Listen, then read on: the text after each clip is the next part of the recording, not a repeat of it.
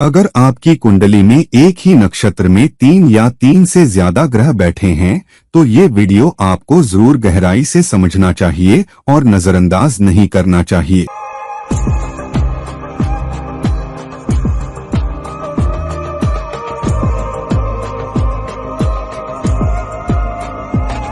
Hello, नमस्कार और आदाब मेरे सभी दोस्तों को। आपके दोस्त ज्योतिषी और मार्गदर्शक इरफान की तरफ से एक बार फिर आपके साथ आपके अपने चैनल एस्ट्रो एश्योरेंस से हम कुंडली में कई समीकरण, संयोजन और बदलावों को अलग अलग कोणों और नजरियों से समझाने की कोशिश करते रहे हैं। हमने एक से ज्यादा ग्रहों के युति या मिलाप को देखा है, जो 2 या 2 से अधिक ग्रहों का अलग अलग घरों और अलग अलग राशियों में होना है। हमने विभिन्न घरों में युति पर और उस विषय पर कई सारे वीडियो बनाए हैं। आज मैं चर्चा करना चाहता हूं, जब आपकी कुंडली में एक ही नक्षत्र में 3 से अधिक या 3 ग्रह बैठे हों। यहां तक कि एक ही नक्षत्र में 2 ग्रहों का होना भी कुंडली के परिणामों पर एक मजबूत असर डालता है। लेकिन जब ये संख्या 3 हो जाती है, तब ये बिल्कुल साफ हो जाता है कि आपके जीवन की संभावनाओं और परिणामों की नियंत्रण ऊर्जा कहां से आ रही है। तो चलिए गहराई से देखते हैं कि जब 3 ग्रह एक ही नक्षत्र में आ जाते हैं तो उसका विस्तार क्या है। राशिचक्र हमारे लिए किन स्थितियों, अवसरों और संभावनाओं को पेश करेगा, और उन ग्रहों की उस एक नक्षत्र में स्थिति किस तरह उस खास नक्षत्र के स्वामी द्वारा नियंत्रित होगी, और वो खास नक्षत्र स्वामी जिसमें ये 3 ग्रह बैठे हैं हमारे जीवन पर कितना मजबूत असर डाल सकता है। अब याद रखिए, ग्रह एक ही घर में हो सकते हैं लेकिन एक ही राशि में नहीं, ये पहली बात। दूसरी बात, ग्रह एक ही राशि में हो सकते हैं लेकिन एक ही घर में नहीं। तीसरी बात, ग्रह एक ही नक्षत्र में हो सकते हैं लेकिन न तो एक ही राशि में और न ही एक ही घर में। तो इन छोटे अंतरों को हम देख पाए। और ग्रह एक ही नक्षत्र में हो सकते हैं लेकिन एक ही राशि या एक ही घर में नहीं। तो या तो ग्रह एक ही नक्षत्र में हो सकते हैं लेकिन एक ही घर में नहीं। साथ ही राशि, घर और राशि दोनों एक जैसे नहीं हो सकते। साथ ही नक्षत्र एक राशि में हो सकता है लेकिन एक ही घर में नहीं। ग्रह एक ही घर में हो सकते हैं लेकिन एक ही राशि में नहीं। तो चलिए इन विविधताओं को एक एक करके देखते हैं, ताकि जब हम 3 ग्रहों के एक ही नक्षत्र में होने की गहराई में जाएं, तो हम समझ सकें कि वो हमें किस तरह के नतीजे देंगे। अब लग्न के मेष राशि में किसी भी घर में होने का एग्जाम्पल लेते हैं। मान लीजिए अगर आप लग्न की बात कर रहे हैं और लग्न मेष राशि के 28 डिग्री पर है। अब अगर ये मेष के 28 डिग्री पर है, जिसका मतलब है कि मेष राशि के अधिकांश नवांश पहले घर के बजाय 12वें घर में हैं। लेकिन अगर आप उस 28 डिग्री को मेष राशि का केंद्र बिंदु मान रहे हैं, जिसका मतलब है कि 28 डिग्री से पहले के 13 डिग्री और 28 डिग्री के बाद के 13 डिग्री पहले घर में होंगे, तो इसका मतलब है कि मेष राशि के 13 से 28 डिग्री तक घर का पहला हिस्सा पहला घर बनाता है, और बाकी के 13 डिग्री वृषभ राशि में पहले घर में ही, लग्न में ही आएंगे। तो क्या होगा अगर मान लीजिए सूर्य और बुध एक ही घर में पहले घर में हो। लेकिन क्या हो अगर सूर्य असल में एग्जाम्पल के लिए वृषभ राशि के 9 डिग्री पर है, वो 9 डिग्री भी वृषभ राशि के पहले 13 डिग्री के भीतर हैं। तो सूर्य वृषभ राशि में होगा लेकिन लग्न में ही, ठीक है। और अगर बुध पहले कुछ अंशों पर है, या मान लीजिए बुध मेष राशि के 28, 29 या 25 डिग्री पर है, तो वो भी पहले घर में है। तो यहाँ सूर्य और बुध के बीच युति तब भी देखी जा सकती है, हालांकि वो एक ही राशि में नहीं है, वो अलग अलग राशियों में हैं। बुध मेष राशि में है, सूर्य वृषभ राशि में है, लेकिन वो एक ही घर में पहले घर में है। अब दूसरा उदाहरण, ग्रह एक ही राशि में हो सकते हैं लेकिन एक ही घर में नहीं। जहां एग्जाम्पल के लिए हम वही एग्जाम्पल ले रहे हैं जहां लग्न मेष राशि के 28 डिग्री पर है। अगर बुध मान लीजिए वृषभ के 15 डिग्री पर है और वृषभ के सिर्फ पहले 13 डिग्री पहले घर में हैं, तो 13 डिग्री के बाद क्योंकि बुध 15 डिग्री पर है, वो वृषभ राशि में तो रहता है लेकिन दूसरे घर में चला जाता है। लेकिन अगर सूर्य वृषभ के 9 डिग्री पर है तो वृषभ के 9 डिग्री अभी भी पहले घर में ही हैं। तो सूर्य वृषभ में है लेकिन पहले घर में, बुध भी वृषभ में है लेकिन दूसरे घर में। तो ये बात ध्यान में रखिए कि ग्रह एक ही घर में हो सकते हैं लेकिन एक ही राशि में नहीं। और इसका नक्षत्र के परिणामों पर बात करते समय एक मजबूत असर पड़ता है। एक ही नक्षत्र में 3 ग्रह। और तीसरा उदाहरण, ग्रह एक ही नक्षत्र में हो सकते हैं। अब हम विषय के करीब आ रहे हैं लेकिन एक ही राशि में नहीं। अब ये कैसे संभव है कि ग्रह एक ही नक्षत्र में हो लेकिन एक ही राशि में न हो? एग्जाम्पल के लिए, मेष राशि में आपके पास अश्विनी नक्षत्र है, भरणी नक्षत्र है और कृतिका नक्षत्र का सिर्फ एक पद है। ठीक है, कृतिका नक्षत्र का सिर्फ एक पद मेष राशि में है। कृतिका नक्षत्र के बाकी 3 नवांश या पद वृषभ राशि में हैं, जिसका मतलब है अगर कोई ग्रह कृतिका के पहले पद में है तो वो मेष राशि में होगा, वृषभ में नहीं। और अगर कोई ग्रह दूसरे 3 पदों में है, कृतिका नक्षत्र के दूसरे, तीसरे और चौथे पद में, तो वो वृषभ राशि में होगा और मेष राशि में नहीं। तो ये बहुत जरूरी है। तो मान लीजिए अगर सूर्य वृषभ राशि के 9 डिग्री पर है तो वो अभी भी पहले घर में हो सकता है, ठीक है, लेकिन वो वृषभ की दूसरी राशि में होगा। अगर बुध मेष राशि के 20 डिग्री पर है तो वो पहले घर में ही हो सकता है, लेकिन वो एक अलग राशि में होगा। वो वृषभ के बजाय मेष राशि में होगा। हालांकि डिग्री के अंतर के मामले में वो अभी भी एक दूसरे के बहुत करीब हैं, तो उन्हें अभी भी युति में देखा जाएगा। और ये बहुत बहुत जरूरी है कि 2 ग्रह एक ही नक्षत्र में हो सकते हैं लेकिन वो अलग अलग राशियों में होंगे। अब ये क्यों जरूरी है? क्योंकि एक ग्रह आपको सबसे शुद्ध नतीजे तब देगा जब वो एक ही नक्षत्र में, एक ही राशि में और एक ही घर में हो। तब वो आपको उसी घर, उसी राशि और उसी नक्षत्र के बहुत शुद्ध नतीजे देगा। लेकिन अगर 3 ग्रह मिलकर एक ही नक्षत्र में हैं, लेकिन वो अलग अलग राशियों में चले जाते हैं और लग्न की डिग्री के संरेखण की वजह से अलग अलग घरों में चले जाते हैं, तो जाहिर है वो अलग अलग घरों और अलग अलग राशियों के नतीजे भी देंगे। ये बात ध्यान में रखिए। अब एक ही नक्षत्र में 3 ग्रहों के होने का एग्जाम्पल लेते हैं। तुला राशि का एग्जाम्पल लेते हैं।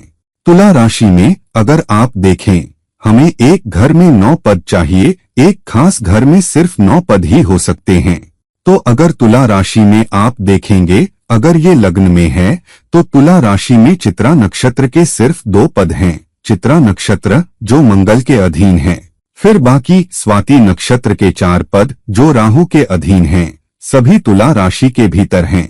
विशाखा नक्षत्र जो बृहस्पति के अधीन है, पहले घर में है, तो ये 9 पद बनाता है। चित्रा के 2 पद, स्वाति के 4 पद और विशाखा के 3 पद। तो ये 9 पद एग्जाम्पल के लिए तुला राशि में पहले घर में हैं। फिर अगर आप उसमें ग्रहों के संरेखण को देखें, मान लीजिए अगर आपके पास सूर्य, चंद्रमा या सूर्य, बुध और शुक्र, सूर्य, बुध और शुक्र सभी स्वाति नक्षत्र में हैं, तो क्या होगा? स्वाति नक्षत्र के भीतर वो जो भी डिग्री हो, पूरा स्वाति नक्षत्र तुला राशि के भीतर ही है। तो ग्रहों के एक अलग राशि में जाने का कोई सवाल ही नहीं है, वो सभी तुला राशि के भीतर हैं। तो वो स्वाति नक्षत्र के शुद्ध नतीजे देंगे क्योंकि तीनों स्वाति नक्षत्र में हैं। साथ ही तुला राशि के भी शुद्ध नतीजे देंगे क्योंकि तीनों तुला राशि में ही हैं, क्योंकि स्वाति के 4 पद तुला में हैं। कृतिका की तरह नहीं जहां एक पद मेष में है और 3 पद वृषभ में हैं। तो हाँ, तीनों ग्रह आपको स्वाति नक्षत्र के शुद्ध नतीजे देंगे, साथ ही तुला राशि के शुद्ध नतीजे भी देंगे। अब सबसे जरूरी बात ये कहनी है कि ये तीनों स्वाति नक्षत्र में हैं, लेकिन स्वाति नक्षत्र की विशेषताएं तीनों ग्रहों के परिणामों को, उनके प्रकट होने के तरीके को प्रभावित करेंगी। स्वाति का स्वामी कौन है? स्वाति का स्वामी राहु है, जिसका मतलब है कि इन तीनों ग्रहों का नक्षत्र के नजरिए से अधिपति राहु है। डीएनए परिणामों का बारीक विस्तार इन ग्रहों में राहु नक्षत्र में केंद्रित है और राहु का ये तय करने पर मजबूत असर पड़ेगा कि वो क्या नतीजे देते हैं। तो एग्जाम्पल के लिए अगर आप सूर्य को देखें, सूर्य तुला लग्न वाले लोगों के लिए 11वें घर का स्वामी है और लग्न में बैठा है, लेकिन स्वाति नक्षत्र में तो इच्छाओं और आकांक्षाओं के पूरा होने के 11वें घर के परिणाम। आप अपने आप को कैसे पेश करते हैं, जीवन में आपके लक्ष्य क्या हैं, आपका व्यक्तित्व क्या है, समाज में आपकी क्या स्थिति है, सब प्रभावित होंगे। और वो इच्छाएं और आकांक्षाएं आपकी अपनी नेतृत्व क्षमता, आपकी अपनी जिम्मेदारी, आपके अपने परिणामों के लिए जवाबदेही लेने की क्षमता से आएंगी। तो इस पर इसका बहुत मजबूत असर पड़ता है। हालांकि क्योंकि सूर्य स्वाति नक्षत्र में है और स्वाति का स्वामी राहु है, कुंडली में राहु की स्थिति बहुत महत्वपूर्ण हो जाती है। अब मान लीजिए राहु 5वें घर में है और राहु स्वाति का स्वामी है, ये हम पहले से जानते हैं। तो जाहिर है केतु 11वें घर में होगा। तो इसका मतलब है कि सूर्य की इच्छाओं और आकांक्षाओं के पूरा होने, सामाजिक जिम्मेदारियों, आप अपने सामाजिक नेटवर्क से कैसे निपटते हैं, आप एक बड़े संगठन में, एक बड़े ब्रांड में कैसे काम करेंगे के नतीजे देने की क्षमता सब राहु की स्थिति से अपनी ऊर्जा लेगी। या राहु की स्थिति का सूर्य के साथ साथ 11वें घर के परिणामों पर भी मजबूत असर पड़ेगा। तो हाँ, व्यक्ति जिम्मेदारी और जवाबदेही लेगा, लेकिन अपने फायदे के लिए एक भूख और लालच भी रखेगा। व्यक्ति सपनों और इच्छाओं की जिम्मेदारी लेगा। एग्जाम्पल के लिए, व्यक्ति का सपना हो सकता है कि मैं समाज के लिए कुछ करना चाहता हूं क्योंकि सूर्य 11वें घर का स्वामी है और लग्न में बैठा है। तो मैं समाज में एक बड़ी स्थिति हासिल करना चाहता हूँ, मैं समाज में धन हासिल करना चाहता हूँ ताकि मैं समाज को वापस दे सकूँ, मैं समाज के लिए अच्छा कर सकूँ। हालांकि क्योंकि सूर्य राहु के अधीन स्वाति नक्षत्र में बैठा है, एक दूसरा व्यक्ति कहेगा, हाँ, मैं समाज में नाम कमाना चाहता हूँ, मैं समाज को वापस देना चाहता हूँ, लेकिन अपने खुद के मकसद के लिए, अपनी विरासत छोड़ने के लिए। मैं चाहता हूं कि मेरे जाने के बाद भी लंबे समय तक याद किया जाऊं, और इस मकसद के लिए, अपने खुद के मकसद के लिए कि मैं जीना चाहता हूं, मैं चाहता हूं कि मेरे जाने के सैकड़ों साल बाद भी याद किया जाऊं। तो मैं एक ऐसे क्षेत्र में अपनी विरासत छोड़ना चाहता हूं जहां समाज मुझे याद रखेगा। ये राहु का प्रभाव है। अगर राहु वो नक्षत्र नहीं होता जिसमें सूर्य बैठा था, तो व्यक्ति ने सिर्फ समाज, सामाजिक परिणामों और समाज को वापस देने के बारे में सोचा होता, किसी स्वार्थी मकसद के बजाय। लेकिन जैसे ही सूर्य राहु के अधीन नक्षत्र में जा रहा है और राहु वहां कब्जा कर रहा है, हमेशा एक भूख और लालच और आपके चाहे गए परिणामों के लिए एक स्वार्थी अर्थ रहेगा। दूसरे ग्रह के लिए भी यही बात। हमने तीनों ग्रहों सूर्य, बुध और शुक्र के स्वाति नक्षत्र और तुला राशि में होने की बात की। अब बुध 9वें घर का स्वामी है और बुध 12वें घर का भी स्वामी है। तो हाँ, व्यक्ति की शिक्षा का व्यक्ति की स्थिति पर मजबूत असर पड़ेगा। तो व्यक्ति की अपनी सीख, उसकी अपनी डिग्री इस पर मजबूत असर डालेंगी कि व्यक्ति को समाज में कैसे देखा जाता है। तो व्यक्ति की शिक्षा भी व्यक्ति की स्थिति या समाज में सम्मान या व्यक्ति क्या हासिल करता है में योगदान देगी। व्यक्ति के कई कार्यों में उसकी शिक्षा का असर पड़ेगा कि वो कैसे सोचता है, कैसे कार्य करता है, उसके क्या लक्ष्य हैं, वो अपनी सेहत का कैसे ख्याल रखता है, वो कैसे निर्णय लेता है या वो कैसे निर्णय लेती है। हालांकि क्योंकि ये 12वें घर का भी स्वामी है, तो 12वें घर के अर्थ भी आएंगे, जैसे विदेशी भूमि, अकेले काम करना, एकांत में काम करना, सशस्त्र बलों के लिए काम करना, अस्पतालों, क्लिनिकों के लिए काम करना, वो अर्थ भी आएगा। लेकिन साथ ही व्यक्ति को बहुत मेहनत करनी पड़ेगी क्योंकि ये बर्बादी और अधिकता का 12वां घर भी है। तो व्यक्ति को बहुत समझदारी से सोचना होगा ताकि उसकी मेहनत बर्बाद न हो, ताकि शिक्षा और अनुभवों, उच्च शिक्षा का वो मजबूत असर रह सके। हालांकि क्योंकि बुध राहु के नक्षत्र में है, इसका मतलब है कि शिक्षा भी स्वार्थ के लिए होगी। व्यक्ति ये तय नहीं करेगा कि व्यक्ति को कौन सी डिग्री करनी है या कौन सा प्रमाणन करना है, सिर्फ इस आधार पर कि मुझे क्या करना पसंद है, मेरी रुचि क्या है, बल्कि हम ये भी देखेंगे, ठीक है, मुझे ये करना पसंद है। हालांकि क्या आज के जीवन में इसका मजबूत नतीजे हैं? क्या ये मुझे धन दिला सकता है? क्या ये मुझे स्थिति दे सकता है? क्या ये मुझे सफलता दे सकता है? क्या ये मुझे आर्थिक लाभ दे सकता है? क्या लोग मेरी प्रशंसा करेंगे, मेरे प्रशंसक बनेंगे, मेरा साथ देंगे? अगर नहीं तो मुझे ये डिग्री क्यों करनी चाहिए?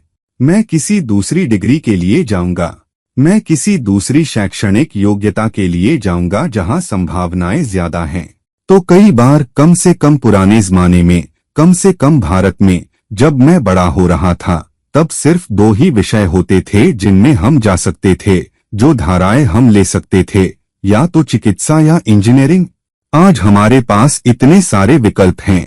तो कई बार माता पिता बच्चों को इंजीनियरिंग में धकेलते थे क्योंकि चिकित्सा में जाना बहुत बहुत कठिन था। इंजीनियरिंग में जाओ, इंजीनियर बनो, तभी तुम्हारा जीवन अच्छा होगा, तुम्हें समाज में सफलता मिलेगी। इस तरह लाखों बच्चे आकांक्षाओं के कारण इंजीनियरिंग में धकेले गए, और बच्चे भी शायद वही करना चाहते थे, भले ही उनकी रुचि कला या दर्शन या किसी और चीज में हो। तो अब जाहिर है और विकल्प भी हैं। फिर भी व्यक्ति की शिक्षा, क्योंकि बुध राहु के अधीन स्वाति नक्षत्र में है, कई बार ये हावी हो जाएगी, मुझे सबसे ज्यादा सफलता कहाँ मिल रही है।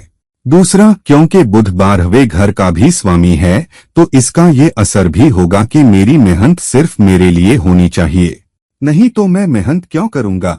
तो ये भी रहेगा कि व्यक्ति किसी खास जगह मेहनत करने से पहले 2 बार सोचेगा, क्योंकि भूख और लालच है। लेकिन कभी कभी क्योंकि भूख और लालच है, व्यक्ति का ध्यान भटक जाएगा, और जिसके कारण कभी कभी व्यक्ति को नतीजे पाने के लिए 2 गुना या दोबारा या फिर से काम करना पड़ सकता है, क्योंकि राहु मिलावट में आ जाता है। शुक्र के लिए भी यही बात। अब इस खास कुंडली में तुला लग्न वाले लोगों के लिए शुक्र लग्न और 8वें दोनों घरों का स्वामी है, जिसका मतलब है कि 8वें घर के नतीजे जाहिर तौर पर व्यक्ति पर होंगे। व्यक्ति को शैक्षणिक योग्यता मिल सकती है, लेकिन 8वें घर से जुड़ी हुई और राहु से जुड़ी हुई, तो व्यक्ति अपने करियर के लिए कोई अपरंपरागत रास्ता चुन सकता है। वो किसी नए उभरते क्षेत्र में जा सकते हैं। एग्जाम्पल के लिए आर्टिफिशियल इंटेलिजेंस, जो 8वां घर भी है। आभासी दुनिया, पीछे क्या हो रहा है हम नहीं जानते। तो व्यक्ति मशीन लर्निंग, इंटेलिजेंस, इलेक्ट्रॉनिक्स में शैक्षणिक योग्यता चुन सकता है, जो राहु से भी जुड़ा हुआ है, क्योंकि व्यक्ति सफलता चाहता है। और हाँ, शिक्षा का एक प्रमुख असर है, क्योंकि राहु 5वें घर में है, जो बुनियादी शिक्षा का घर है, आपकी ग्रेजुएशन के बाद की शिक्षा का। एग्जाम्पल के लिए, जबकि आपका 9वां घर उच्च शिक्षा है, आपने ग्रेजुएशन में क्या पूरा किया, लेकिन साथ ही मास्टर्स और अनुभवात्मक शिक्षा भी। हालांकि दूसरा असर ये भी है कि राहु 5वें घर में है, 5वें घर के नतीजे भी मजबूत होंगे। तो हाँ, 5वां घर वो मंच है, वो प्लेटफॉर्म है, जिस पर आप अपनी कला या अपनी क्षमताओं, अपनी योग्यताओं को प्रदर्शित करने के लिए खड़े होते हैं। तो हाँ, व्यक्ति हमेशा सुर्खियों में रहना चाहेगा, सामने रहना चाहेगा। तो अगर सूर्य जिम्मेदारी और जवाबदेही ले रहा है, नेतृत्व ले रहा है, तो व्यक्ति ये भी देखेगा कि लोगों का ध्यान मेरी तरफ होना चाहिए, लोगों को मुझे इस नेतृत्व के लिए, इस जवाबदेही के लिए श्रेय देना चाहिए। या अगर मुझे मेरे काम के लिए ध्यान, सराहना, स्वीकृति नहीं मिल रही है, तो मुझे वो काम क्यों करना चाहिए। तो व्यक्ति काम से भी दूर भागेगा या काम को कम उत्साह के साथ करेगा अगर व्यक्ति पर सुर्खियां नहीं हैं, व्यक्ति को स्वीकृति नहीं मिल रही है, सराहना नहीं मिल रही है, क्योंकि राहु 5वें घर में है, जो मंच है, लेकिन लाभ भी है। मुझे ऊंचे लाभ चाहिए क्योंकि 5वां घर लाभ का घर है। तीसरा, बदलाव भी है। तो ये व्यक्ति अपने करियर में बदलाव करने से नहीं हिचकेगा, नहीं वो जहां रहता है उसमें बदलाव करने से हिचकेगा, नहीं शैक्षणिक योग्यता में बदलाव करने से हिचकेगा। तो बीच में जब वो कुछ सीख रहे होते हैं, वो अचानक कुछ और में जाना चाह सकते हैं, या उनके मन में हमेशा ये बात रहेगी, क्या मैंने सही धारा चुनी, क्या मैंने सही शैक्षणिक योग्यता चुनी, क्या मुझे कुछ और करना चाहिए था। ये हमेशा उन्हें परेशान करेगा। और क्या हो सकता है, वो एक क्षेत्र में एक शैक्षणिक योग्यता पूरी कर सकते हैं, लेकिन मास्टर्स वो कुछ और में कर सकते हैं, क्योंकि वो चाहते हैं, वो बदलने के लिए तैयार हैं। अगर बीच में उन्हें लगे कि चीजें उनके मुताबिक नहीं चल रही हैं, सफलता उनके कदम नहीं चूम रही है, और आखिर में वो बिना सोचे समझे कई बार अपनी नौकरियां भी बदल सकते हैं, भूख और लालच के लिए, किसी बेहतर ब्रांड, बड़े ब्रांड के लिए, या ज्यादा पैसे, ज्यादा वेतन के लिए काम करने के लिए वो 2 बार नहीं सोचेंगे। तो कभी कभी इस व्यक्ति का करियर भी बहुत स्थिर नहीं हो सकता है, क्योंकि वो लगातार जो बदलाव करते हैं। कभी कभी करियर 30वें साल से भी काफी बाद तक स्थिर नहीं होगा, कभी कभी तब तक भी जब तक राहु जीवन में परिपक्व नहीं हो जाता। तो जब 3 ग्रह एक ही नक्षत्र में होते हैं, अब नक्षत्र हावी हो रहा है, तो जब हम सूर्य और बुध और शुक्र जैसे हर एक व्यक्तिगत ग्रह की बात कर रहे हैं, तो ये भी ध्यान में रखिए, क्योंकि तीनों ऊर्जाएं राहु में केंद्रित हैं। राहु जीवन में प्रमुख कारक होगा। अधिकांश निर्णय न केवल इन 3 ग्रहों के होंगे, बल्कि राहु के आसपास होंगे, परिणामों के 5वें घर के आसपास होंगे, स्वाति नक्षत्र के आसपास होंगे। तो आप व्यक्ति के जीवन के कई निर्णय देखेंगे। व्यक्ति हमेशा सोचेगा, क्या ये मेरी भी मदद कर रहा है? क्या ये मेरे लिए भी फायदेमंद है? क्या ये मुझे लाभ पाने में भी मदद कर रहा है? दूसरा, क्या ये मुझे परेशान कर रहा है? तो फिर मुझे इसमें क्यों पड़ना चाहिए? अगर ये बहुत ज्यादा मेहनत है, तो मुझे इसमें क्यों पड़ना चाहिए? व्यक्ति शॉर्टकट की कोशिश करेगा। तो जीवन के अधिकांश निर्णय वो दोस्तों के साथ कैसा व्यवहार करते हैं, जिसमें वो सामाजिक नेटवर्क के साथ कैसा व्यवहार करते हैं, जिसमें वो अपने करियर में कैसे काम करते हैं, वो सहकर्मियों से कैसे निपटते हैं, वो बॉस से कैसे निपटते हैं, अधिकांश ऊर्जाएं राहु और जहां राहु बैठा है के आसपास होंगी। या सिर्फ सरल बनाने के लिए, जो भी नक्षत्र स्वामी है जिसमें 3 ग्रह बैठे हैं, वो खास नक्षत्र स्वामी व्यक्ति के जीवन के अधिकांश निर्णयों पर कब्जा कर लेगा, क्योंकि नक्षत्र की ऊर्जाएं आधारभूत ऊर्जाएं हैं, कुंडली राशिचक्र की डीएनए ऊर्जाएं हैं। तो अगर आपके पास एक ही नक्षत्र में या एक ही नक्षत्र स्वामी के 3 या 3 से अधिक ग्रह हैं, एग्जाम्पल के लिए 2 ग्रह स्वाति में हो सकते हैं, लेकिन एक ग्रह मान लीजिए शतभिषा में चला जाए, जो राहु के अधीन भी है, तब भी, क्योंकि 3 ग्रह एक ही नक्षत्र में नहीं बल्कि एक ही नक्षत्र स्वामी के हैं, फिर भी नक्षत्र स्वामी राहु हावी है। या ये मंगल हो सकता है अगर ये धनिष्ठा नक्षत्र या चित्रा नक्षत्र में है, एग्जाम्पल के लिए। या चंद्रमा हावी हो सकता है अगर ये श्रवण नक्षत्र या रोहिणी नक्षत्र है, और अधिकांश ग्रह या 3 या अधिक ग्रह चंद्रमा के अधीन नक्षत्रों में बैठे हैं। तो दोस्तों, ये बात ध्यान में रखिए कि जब भी आपके पास एक ही नक्षत्र में या एक ही नक्षत्र स्वामी के 3 या 3 से अधिक ग्रह हों, तो उस ग्रह का आपके जीवन पर बहुत असर पड़ेगा। आप ये भी देखेंगे कि उस ग्रह की अंतर्दशा के दौरान आपको मजबूत नतीजे मिलेंगे, अच्छे या बुरे, वो बहुत बहुत मजबूत नतीजे होंगे। और जब आपके जीवन की मुख्य दशा उस खास ग्रह की है, तब आप पाएंगे कि उस ग्रह की महादशा के दौरान आपके जीवन की पूरी दिशा पूरी तरह बदल सकती है, और आप सबसे महत्वपूर्ण निर्णय या सबसे महत्वपूर्ण स्थितियां जो आपके सामने आती हैं, या सबसे महत्वपूर्ण अनुभव जो आपको होते हैं, या सबसे महत्वपूर्ण लाभ, सफलताएं, साथ ही गिरावट और खतरे भी उस ग्रह की महादशा में आएंगे। अब अगर वो ग्रह शनि है, तो आप पाएंगे कि जीवन के अधिकांश नतीजे थोड़े धीमे हो सकते हैं। आपका अक्सर परीक्षण हो सकता है। आपको अपने जीवन से कोई भी नतीजे पाने के लिए नियमों और विनियमों का पालन करना होगा, और अधिकांश नतीजे आपके पास धीरे धीरे आएंगे। अगर वो खास नक्षत्र स्वामी जिसमें 3 या अधिक ग्रह बैठे हैं बुध है, तो आपके बहुत से निर्णय बहुत शिक्षित, बहुत विश्लेषणात्मक, बहुत विचारपूर्वक, बहुत व्यावहारिक होंगे। लेकिन साथ ही आप पाएंगे कि कभी कभी आप जरूरत से ज्यादा व्यावहारिक हो सकते हैं, आप जरूरत से ज्यादा गणनापूर्ण हो सकते हैं। आप रिश्तों और स्थितियों को नहीं देखेंगे, आप ये देखेंगे कि मेरे लिए सबसे व्यावहारिक चीज क्या है, मैं वही करूंगा, भावनात्मक पहलू के बजाय।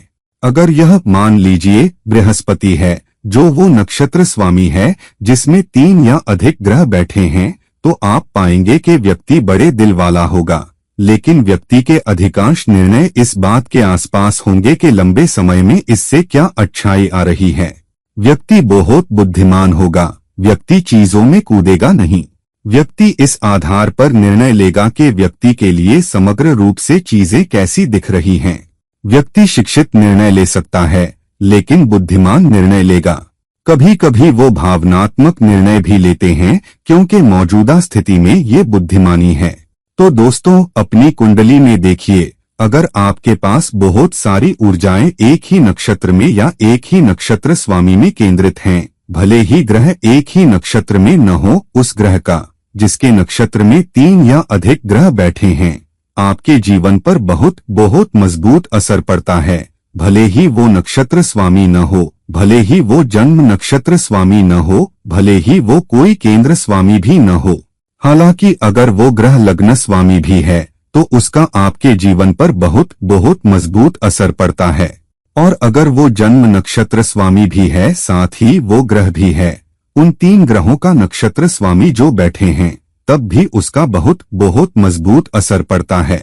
और अगर ये दोनों है, ये नक्षत्र स्वामी है, साथ ही जन्म नक्षत्र स्वामी भी है, और आपके 3 ग्रह उस खास नक्षत्र स्वामी के नक्षत्र में बैठे हैं, तो आपको अंतर्दशा, दशा और ग्रह की गोचर के दौरान सबसे मजबूत नतीजे मिलते हैं। ग्रह का गोचर भी एक बड़ा असर लाएगा, और कभी कभी आप गोचर को नजरअंदाज कर देंगे क्योंकि आप दशा और अंतर्दशा पर ध्यान दे रहे हैं। गोचर को देखिए, तो एग्जाम्पल के लिए हम राहु का एग्जाम्पल ले रहे थे। 3 ग्रह या कम से कम 3 ग्रह राहु के किसी भी नक्षत्र में हैं, शायद स्वाति या शायद शतभिषा, तब आप पाएंगे कि जब राहु का गोचर किसी भी महत्वपूर्ण घर पर होता है तो राहु उस घर के परिणामों पर कुछ असर डालेगा। अगर ये 10वें घर पर जा रहा है तो इसका करियर के परिणामों पर कुछ असर पड़ेगा। आप पाएंगे कि अचानक चीजें योजना के मुताबिक नहीं चल रही हैं। अचानक आप पाएंगे कि आपको लाइन से बाहर प्रमोशन मिल जाता है। कुछ बहुत असामान्य होगा जिसकी आप पहले उम्मीद नहीं कर रहे थे। तो दोस्तों, ध्यान में रखिए और गहराई से देखिए।